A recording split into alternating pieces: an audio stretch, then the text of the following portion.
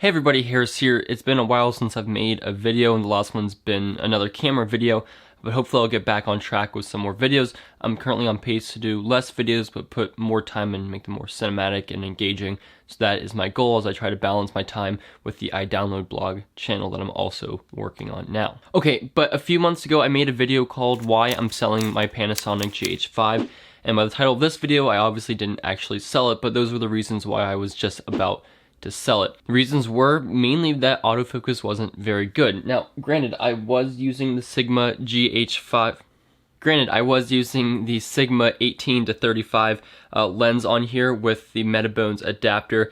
This was the main problem. Autofocus obviously is not going to work as well through an adapter or something that isn't native. This being a 4/3 to APS-C adapter, autofocus wasn't very good. And to begin with, the GH5's autofocus isn't the best. So for me, in my workflow, it just didn't work very well. I needed something with autofocus. I love autofocus, so I can go in and have it focus. I can move back. I hated manual focus when it came to A-roll. It really just hurt my workflow. And for me, that is what I prioritized. And a ton of people bashed on me and were like calling me an idiot and stuff like that for my preference, which was just ridiculous. It didn't bother me, but it's just funny how people critique what I prioritize in my videos. But that's fine. That's for another video. So anyway, so I moved to the Canon 80D, but there's just too many features that I lost with the 80D. There's no in-body stabilization, there's no 4K, there's no variable frame rate to an extent with this, so I was just losing a lot of features. For my type of work, I did need a lot of those features that the GH5 promised, so I kept it, and I decided instead of going for a new body, going for a new lens, and that is what I did. Whew, I need a deep breath. And so I ended up going with the Lumix 12-35 native glass for the GH5. It's f2.8, and with this I get both wider and tighter crop and zoom than I did with my 18-35 with the adapter. So the 12 gets wider, the 35 gets closer because it doesn't have the crop. So it's nice. I like this lens and it's worked very well. The only thing I don't really like is that f2.8 doesn't give me a whole lot of room to work with in terms of low light. So I still do have this option for low light. It goes down to f1.1 with the adapter. But for now, I am using this lens. It's basically solved my autofocus issue. As you can see, it does work pretty well. I have it on face tracking right now, and I like it and it helps. And so that is what I have been using, and I do really like it. And it's also a very light lens, and it has the in-body image stabilization, so compare with the GH5's body itself to get some really good image stabilizations.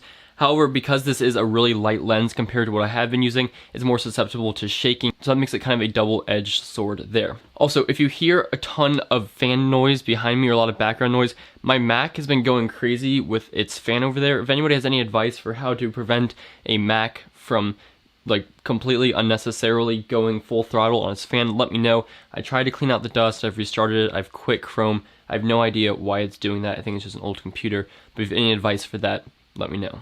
But yeah, this lens saved me for the GH5. Obviously, I like that it gets close and personal, it gets, you know, open and wide. It's good for vlogging, it's lightweight, it has the autofocus, which is pretty good, and I can use that, and it's worked well for what I've needed, and I like it. So I've been using this lens. It's kind of pricey, it's $1,000, which makes this a $3,000 rig.